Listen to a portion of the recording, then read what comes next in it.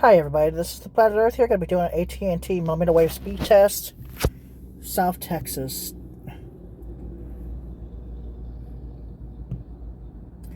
Now the speeds are not quite as good while screencasting or screen recording on the phone. That's just how it is. I'm right in front of the module here. Nothing blocking it at all. 200 megabit upload speed, a little bit slower because I'm screen recording, but it's still fast. So I usually get a gigabit per second. I've just been testing it just now. It's usually faster. Sometimes it goes to a gig, almost a gig, but not quite as fast as, well, T-Mobile. I mean, you can get like almost a gigabit per second on every single tower in South Texas. Austin, San Antonio, hitting over 2 gigabits per, or a gigabit down on almost every T-Mobile tower. I remember I was driving and live streaming, and T-Mobile was just hitting like 800 megabits per second per every single tower in the city of Austin and San Antonio. It was crazy.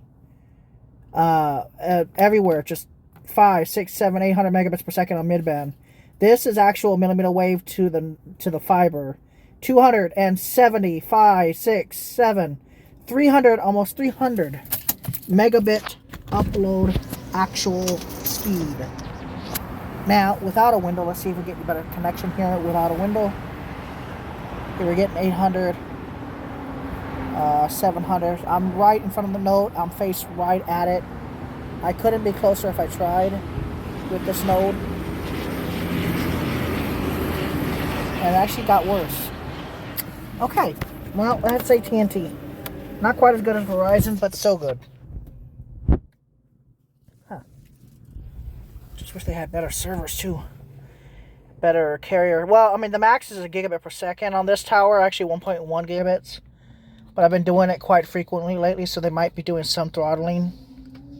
Somebody might even be using this tower, micro tower. 100, yeah, there's somebody using this tower or something. But hey, it's still good speeds. Y'all saw it get up to 200 and almost 300 megabits per second.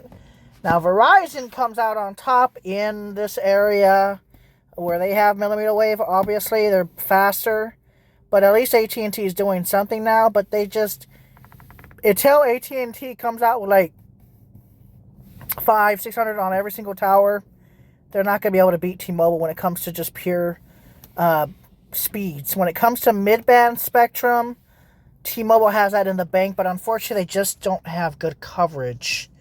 Middle of nowhere. We're talking remote areas of the state of Texas.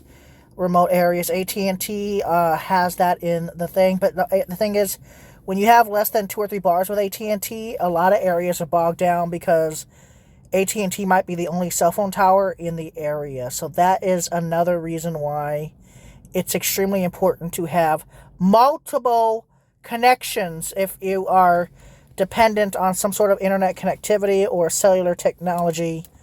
It's important to at least have 2 different multicellular devices. In other words, Verizon and AT&T, or Verizon, T-Mobile, and AT&T, or an eSIM where you can just pay for all providers, but that's obviously too expensive for a lot of people.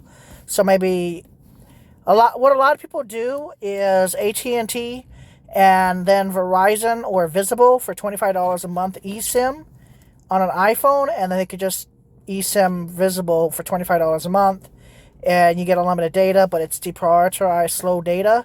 So if AT&T is bogged down, maybe Verizon has better service in that area, so they just use Verizon, but they keep AT&T as their main when it works. Most areas work pretty good with AT&T, but unfortunately AT&T just cannot get rid of that congestion, and they don't do bandwidth management well. But T-Mobile is just out of the city, man. They're good in the cities. They have that dedicated, just good download speeds, but they can't push it well like T-Mobile, man. Or T-Mobile can't push that speed like AT&T can in the middle of nowhere, Texas, South Texas, North Texas, East Texas. T-Mobile, where they do have coverage, they usually have excellent speeds, especially download and upload, especially if you can get on that mid-band of T-Mobile. You will get some bomb speeds. But I wish this kind of speed could be on uh, mid-band on AT&T, but on AT&T just don't push that kind of speeds on mid-band, and it sucks. You might get 300 megabits on AT&T mid-band, but you know what? I'm not going to complain at the end of the day. I am going to complain about the performance, but T-Mobile is just crapola compared to AT&T, where it's a seamless experience.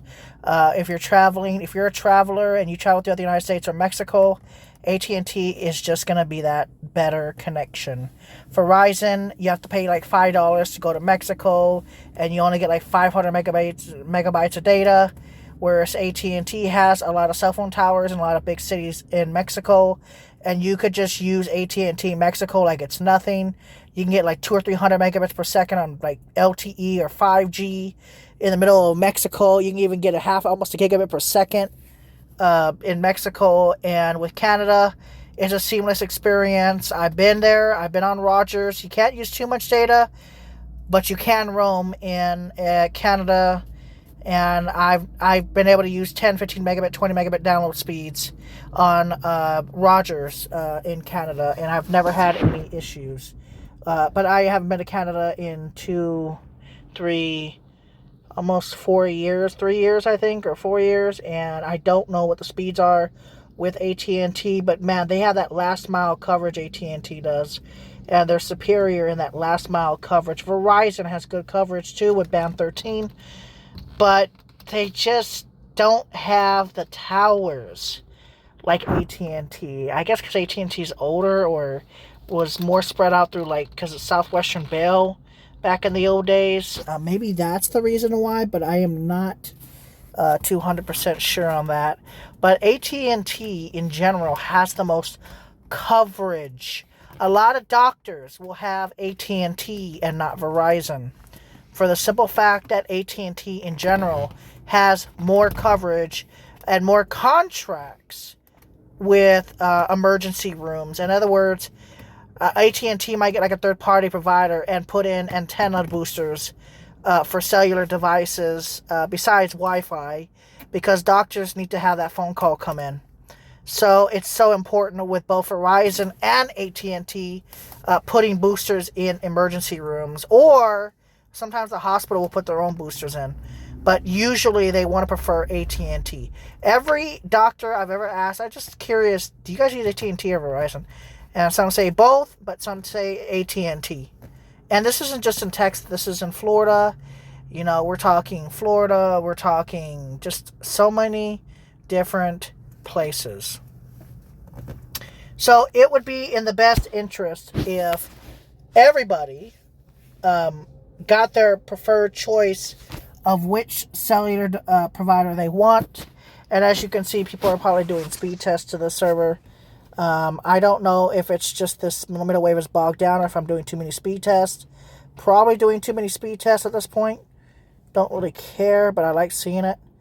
But no, AT&T is getting just a little bit better. When I'm in the middle of nowhere with AT&T, I'm getting 200 or 300 per tower.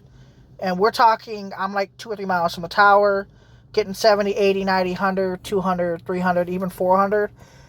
One tower that I was at in the middle of nowhere, Texas, I was hitting 400 megabits per second down and up to almost 80 to 90 megabit upload speeds. Near the tower, I was hitting 95 to 100 megabit upload speeds. That is really good for unlimited data. You know, we're in the future now. It is going to be, it's an unlimited data market. You don't have to worry about using as much freaking phone data as you want on your smart devices. You could stream movies. You know, it ain't going to bog the tower down like it used to in the old days, unless the tower is already congested by lots of people. But if you live in more of a remote area, whatever has the best cell phone coverage in your area, you're obviously going to pick. But if you're lucky and it's not a congested area and people don't use it for hotspotting, which a lot of people do in their respected communities, if there's no other. Now, however, if there's home internet available, then obviously you could just use AT&T tower all you want. Alaska, AT&T has really good coverage. Prudhoe Bay, Barrel, not Dead Horse. What am I thinking of? Dead Horse. I don't know. Prudhoe Bay, Barrel, Fairbanks, Anchorage. They have good coverage with AT&T. I have never seen anybody do a speed test from Juneau, Alaska, which is hard to get to. But I'm pretty sure AT&T and Verizon have good speeds there. Maybe 30, 40, 50, 60, 70 megabits. I don't know because I have never been there. A lot of people have never been to Juneau, Alaska, or even heard of it. And it's such a weird place for the capital of Alaska, considering that it's in the middle of nowhere. It's weird.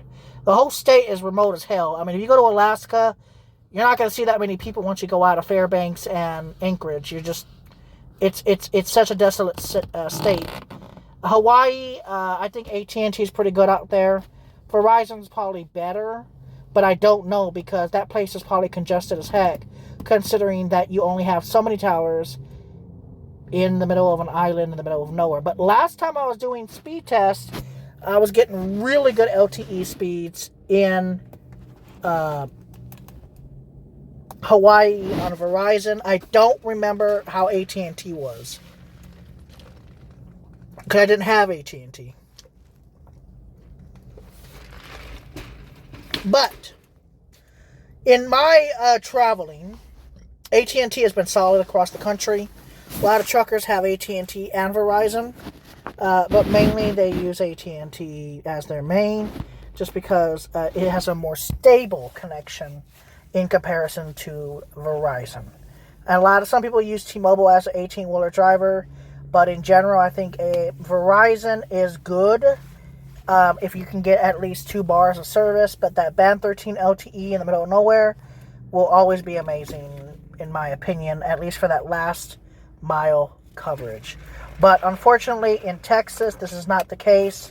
There are so many dead spots with Verizon Wireless where AT&T just seamlessly has coverage of 5 bars or more. You're always getting good speeds with AT&T in the middle of nowhere, especially in the middle of nowhere. A lot of people use Oklahoma. AT&T has decent coverage. Verizon, depends. But I've seen AT&T, a lot of streamers that will use Verizon to live stream.